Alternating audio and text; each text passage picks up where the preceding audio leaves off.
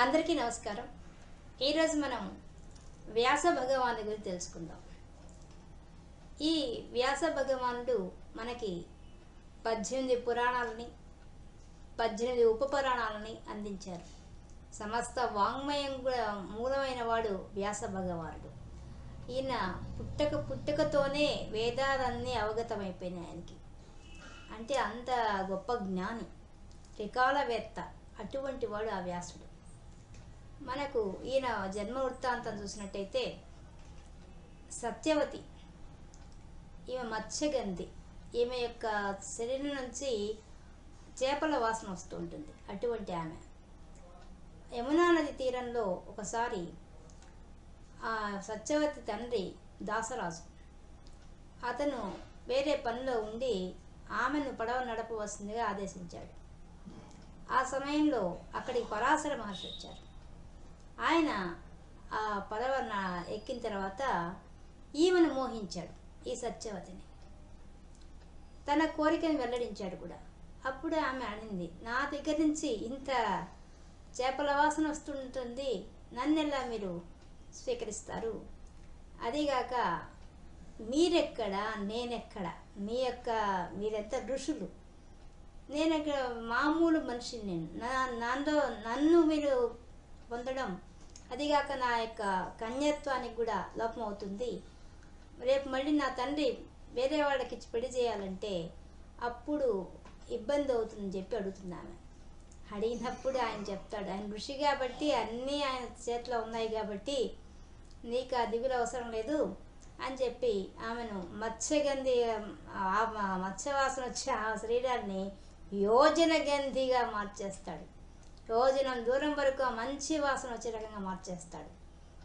అది కూడా చెప్తాడు, నీ కన్యత్వానికి ఏమీ లోటు రాదు, నీకు ఇబ్బంది లేదని చెప్తాడు. మరి ఇటువంటి ప్రాంతంలో ఉన్నామే మనము, యమునా నది ప్రాంతంలో ఉన్నాం, చుట్టుపక్కల అన్నీ ఉన్నాయి, ఇక్కడ ఏంది అనగానే వెంటనే ఆయన కారు మబ్బును సృష్టించేసేసి అప్పటికప్పుడే అంతా వాతావరణం మార్చేస్తాడు.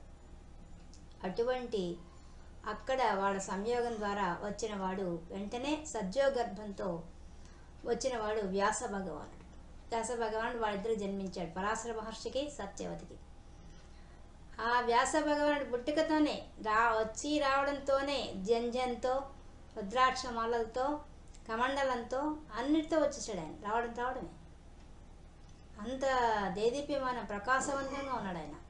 ఎర్రని జుట్టుతో నల్లని శరీరంతో వచ్చాడు. అందుకని ఆయనకి కృష్ణ అని పేరు పెట్టారు. నల్లగా ఉన్నాడని, నల్లగా ఉన్న ఆకర్షణగా ఉన్నాడు, అందుకే కృష్ణ అని పేరు పెట్టారు. పెట్టి ఆయనకు ఆ ద్వీపంలో పుట్టాడు కాబట్టి కృష్ణ ద్వైపాయనుడు అయిపోయాడు ఆయన. పరాశర మహర్షి విడిపోయాడు. వెంటనే సత్యవతిని ఆ వ్యాస మహర్షి నమస్కరించి, అమ్మ నేను తపస్సు చేసుకోవడానికి వెళ్ళిపోతున్నానని చెప్పేశాడు. నువ్వు ఎప్పుడు కోరుకుంటే అప్పుడు నీ ముందు నేను ప్రత్యక్షం అవుతా అని చెప్పి వెళ్ళిపోయాడు హిమాలయాలకి.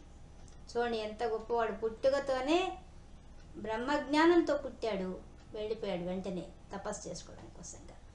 అటువంటి గొప్పవాడు ఈయన. ఈ మనకు వ్యాస భగవాన్ అంత గొప్పగా ఉన్న ఋషులను మనం చూడం. ఎందుకని పుట్టుక నుంచి అన్ని తండ్రికే వేదాలన్నీ వచ్చు. తండ్రే పరాశర మహర్షి తన తల్లి గర్భంలో ఉన్నప్పుడే ఆయన తండ్రి శక్తి యొక్క వేదాధ్యయనాన్ని విని వేదాలు నేర్చేసుకున్నాడు పొట్టలో ఉండే. అటువంటి వానికి కొడుకుగా వచ్చిన వాడు ఈ వ్యాస మహర్షి కాబట్టి. కానీ ఈయనకు వ్యాసుడు అంటున్నాం, కానీ కృష్ణద్వైపాయన అసలు పేరు. వ్యాసుడు ఎందుకని అంటున్నామంటే ఆయన వేదాలను విభజించాడు కాబట్టి. అంటే వేదాలంతా అంతకుముందు ఏకీకృతమై ఉన్నాయి, వాటిని ఆయన వచ్చి అందరికీ అందుబాటులో ఉండాలని చెప్పి వాటిని వేరు చేశాడు, 4 భాగాలుగా చేశాడు. ఆయన విభజించాడు కాబట్టి వ్యాసుడు అన్నారు. అంతేకాకుండా ఈ వ్యాసుడు అనేది ఒక పదవి అన్నమాట. మనకు అపాంతరతముడు అని మన విష్ణు భగవానుడు తన అంశతో బ్రహ్మ నుంచి ఆవిర్భవించే రకంగా తన అంశతో వచ్చే రకంగా వ్యాసును సృష్టించాడు. అంటే ప్రతి ద్వాపర యుగంలో కూడా ఒక వ్యాసుడు జన్మిస్తాడు. ఆ వ్యాసుని యొక్క అంశ అంతా విష్ణు అంశనే.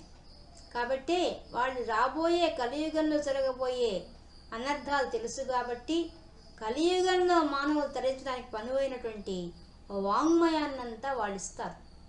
ఒక విధంగా వాళ్ళు ఋషులు అంటే దార్శనికులు, భవిష్యత్తును దర్శించేంత గొప్పవాళ్ళు.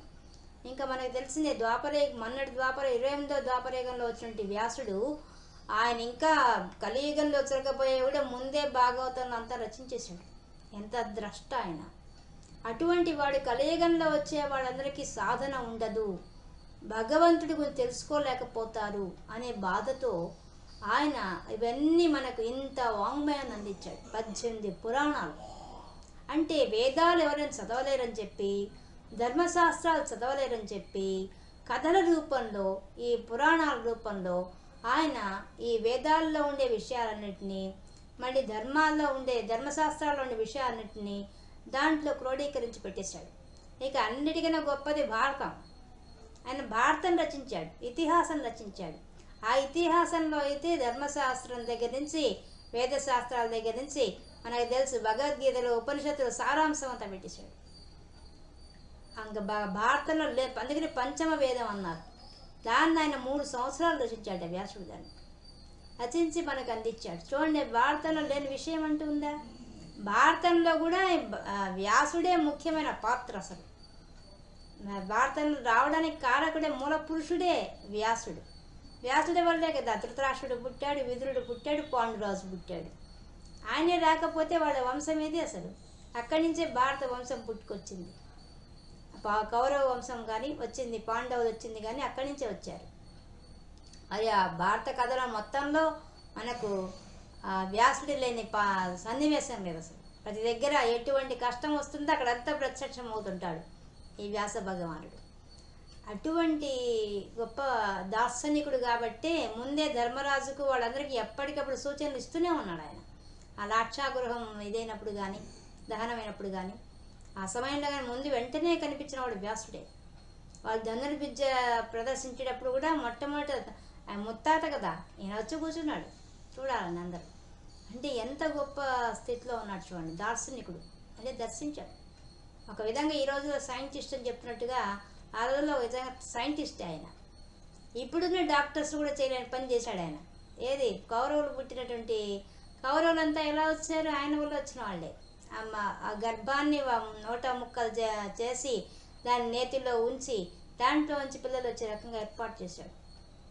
గొప్ప విషయం కదా, అది ఎంత సైంటిఫిక్ విషయం అది. ఇప్పుడు సంతాన సాఫల్య కేంద్రాలు ఉన్నట్టుగా అప్పట్లో ఆయన అంత సాధించాడు. ఒక విధంగా సైంటిస్టే కాదు, ఒక ఇది కూడా డాక్టర్ కూడా. అంతేకాకుండా వేదాల్లో ఉండే జ్యోతిష్ శాస్త్రం అన్నింటి యొక్క శాస్త్రాల యొక్క సారాంశాన్ని తీసుకొచ్చేసి మనకు భారతంలో పెట్టేశాడు. భారతంలో లేని విషయం ఏముంది అసలు? అన్ని విషయాలు ఉన్నాయి. అందుకనే భారతం వింటే మన జీవితం ధన్యమైపోతుంది. ఎందువల్ల అదంతా పూర్తి అయ్యేసరికి మనలో మార్పు వచ్చేస్తుంది. ఎవరి పాత్ర గొప్పగా ఉందో అది మనకు బాగా కనిపిస్తుంది వాడి భారతంలో. కాబట్టి ఆ విధంగా మనకు మార్గదర్శకత్వాన్ని ఏర్పాటు చేశాడు భారతం ద్వారా. ఎందుకంటే వేదాలు చదవలేరని చెప్పేసి, ధర్మశాస్త్రాలు చదవలేరని చెప్పేసి, ఈ విధంగా మనకి ఇంత జ్ఞానాన్ని అందించాడు ఆయన. కాబట్టి అంత జ్ఞానాన్ని మనకు అందించాడు కాబట్టి మనము ఇప్పటికీ మర్చిపోకుండా ఆయన గురించి మనము ఆయన మీద గౌరవంతో గురువుగా, మనకు మొట్టమొదటి గురువు తల్లి మనకు అన్నీ నేర్పిస్తుంది మొట్టమొదటి నుంచి అన్ని విషయాలు. ఆ తర్వాత తండ్రి మార్గదర్శకుడు అవుతాడు. తల్లి తండ్రి అంత స్థానం పొందినవాడు ఆచార్యుడు. మనం చెప్తాం మాతృదేవో భవ, పితృదేవో భవ, ఆచార్య దేవో భవ. 3వ స్థానానికి వచ్చాడు గురువు. ఆ గురువుగా వచ్చిన అందుకనే ఆచార్యుడు ఉన్నాడు. తాను ఆచరించి మన చేత ఆచరింపజేసేవాడు. ఇప్పుడు మనకు ఆయన ఇచ్చిన పురాణాలన్నింటిలో కూడా దేవతల యొక్క అష్టోత్తరాలు అవన్నీ పూజా విధానం అంతా దాంట్లోనే ఉన్నాయి. మనకి లలితా సహస్రనామం కూడా ఆయన రచించిన బ్రహ్మాండ పురాణంలో ఉంది. కాబట్టి అన్నీ మనకు కావాల్సిన ఎలా పూజ చేయాలని దగ్గర నుంచి మొదలుపెట్టి ఏ విధంగా తరించాలి, మోక్షం పొందే మార్గం ద్వారా చూపించాడు. అన్ని పురాణాల్లో విపులంగా చేశాడు. ఏ చిన్న విషయం సందేహం కలిగినా మనం వెంటనే ఆ పురాణానికి గడిపోవచ్చు, లేదా భారతాన్ని గడిపోవచ్చు. అసలు అన్నిటికన్నా ముఖ్యమైనది భగవద్గీత. ఉపనిషత్తుల సారాంశం అంతా తీసుకొచ్చి పెట్టేశాడు దాంట్లో. అది మన జీవితాన్ని తరింపజేసేది భగవద్గీత. మరి అటువంటివన్నీ మనకు అందించి వెళ్ళాడు ఆయన. వెళ్ళాడంటే శాశ్వతంగానే ఉన్నాడు పైన, మనకి మాత్రం ఆయన మన వాంగ్మయం ద్వారా చిరంజీవి, మన మనసుల్లో పైన ఎప్పటికీ చిరంజీవి ఆయన. అటువంటి వాంగ్మయాన్ని మనకు అందించాడు ఆయన. కాబట్టి మనకి ఎటువంటి సమస్య వచ్చినా, లేదా ఎటువంటి పూజా విధానం తెలియకపోయినా, లేదు ఏ విధంగా సహస్రనామాలు కానీ ఎన్ని అందించాడు. శివ సహస్రనామం, విష్ణు సహస్రనామం, లలితా సహస్రనామం, ఎన్ని సహస్రనామాన్ని పురాణాల్లో ఇచ్చేసాడు ఆయన. భారతంలోంచి ఇచ్చేసాడు శివ సహస్రనామం, విష్ణు సహస్రనామం రెండు. దాంట్లో నుంచి వచ్చాయి కదా రెండు. చూడండి ఎంత చక్కగా. మన బ్రహ్మాండ పురాణం నుంచి లలితా సహస్రనామం, ఇట్లా మనకు అందరి గాయత్రి సహస్రనామం కానీ, బాలా సహస్రనామం కానీ, అన్ని సహస్రనామాలను ఇచ్చేసాడు ఆయన. ఇబ్బంది ఏమన్నా ఉందా అసలు? ఏ దేవతగా కుమారస్వామి స్కాంద పురాణం, ఏ పురాణంలో చూసినా, ఏ పురాణ పురుషులైనా, ఏ దేవత గురించి మనకు కావాలన్నా ఆయన పురాణాల్లో ఉన్నారు. లేనిదెవరు? ప్రతి దేవత గురించి చెప్పేశాడు ఆయన. మనకి ఏ సందేహం వచ్చినా ఆ పురాణాలు వెతుక్కుంటే ఆ దేవతలు, వాళ్ళ యొక్క మహిమ, వాళ్ళని పూజించే విధానము అన్నీ వచ్చేస్తాయి మనకి. అంత గొప్ప వాంగ్మయాన్ని అందించాడు వ్యాసుడు. కానీ వ్యాసుడే లేకపోతే ఈ కలియుగంలో ఏముంది మార్గదర్శకం? నిజానికి మానవ జన్మ ఎత్తింది ఎందుకు? ధర్మ, అర్థ, కామ, మోక్షాలు సాధించడం కోసంగా. ఈ 4 విషయాల్ని కూలంకషంగా చెప్పేశాడు ఆయన అన్ని పురాణాల్లో, ముఖ్యంగా భారతంలో, మరి భగవద్గీతలో. భారతంలో ఉండే ఒక భాగమే భగవద్గీత. వీటన్నింటిలోనూ అన్నీ చెప్పేశాడు. చెప్పని విషయం అంటూ లేదండి ఆయన. అటువంటి గొప్ప సంస్కృతిని మనకు అలవాటు పరిచిన ఆ గురుదేవుడు ఆయన. అందుకనే ఆయన గుర్తు పెట్టుకొని మరి మనము గురు పౌర్ణమి చేసుకుంటున్నాం. ఆషాఢ పౌర్ణమిని గురు పౌర్ణమిగా చేసి ఏ గురువుకు లేనంత గొప్ప స్థితి ఆయనకి ఇచ్చేసాం. గురువు అంటే ఏం చేయాలి? మనలో ఉన్న అజ్ఞానాన్ని, అంధకారాన్ని తొలగించాలి. అంతే కదా. గు అంటేనే తెలుసు, అజ్ఞానం అనే అంధకారాన్ని తొలగించడం గురువు అంటేనే. అటువంటి అజ్ఞానాన్ని తొలగించడానికి కావాల్సిన సామర్థ్యాన్ని మనకి ఎన్ని సంవత్సరాలు అయిపోయినా, ఎన్ని దశాబ్దాలు అయిపోతున్నా, ఆయన వాంగ్మయంలో నుంచి వచ్చిన జ్ఞానం వల్లే కదా అజ్ఞానం పోగొట్టుకోగలుగుతాం. మనకి ఏ జ్ఞానం రావాలన్నా దాంట్లో చదువుకుంటే మనకు అన్ని జ్ఞానాలు వచ్చేస్తాయి. ఆయన ఇచ్చిన దాంట్లో, ఆయన ఇచ్చిన పుస్తకాల ద్వారా అంతటి జ్ఞానాన్ని అందించాడు. కాబట్టి మనం కూడా మర్చిపోకుండా మన హిందూ ధర్మంలో ఆయనకు గురుస్థానం ఇచ్చేసేసి ఆ గురువుగా మన కృతజ్ఞతగా ఋషి రుణం తీర్చుకోవాలి కదా. ఆ ఋషి రుణం తీర్చుకోవడానికి కోసంగా మన వాళ్ళు గురు పౌర్ణమిని ఏర్పాటు చేసి ఈ విధంగా మనం ఆయన యొక్క రుణం తీర్చుకోవడానికి ప్రయత్నం చేస్తున్నాం. కానీ ఆయన రుణం తీర్చాలంటే ముఖ్యమైనది ఏంటంటే ఆయన చెప్పిన ఆ భగవద్గీతలో కానీ, భారతంలో కానీ, దేంట్లోనైనా సరే ఆయన చెప్పిన పుస్తకాల్లో ఉండే వాటిలో ఏదో ఒకటి రోజు ఒక్క శ్లోకం లేదు అర శ్లోకం అన్న చదివితే ఆయన రుణం తీర్చుకున్న వాళ్ళం అవుతాం మనం. అటువంటి గొప్పవాడు వ్యాసుడు. ఇదండి ఈరోజు అంశం. మనం రేపటి ఇంకో అంశంతో కలుసుకుందాం. అంతవరకు సెలవు. స్వస్తి.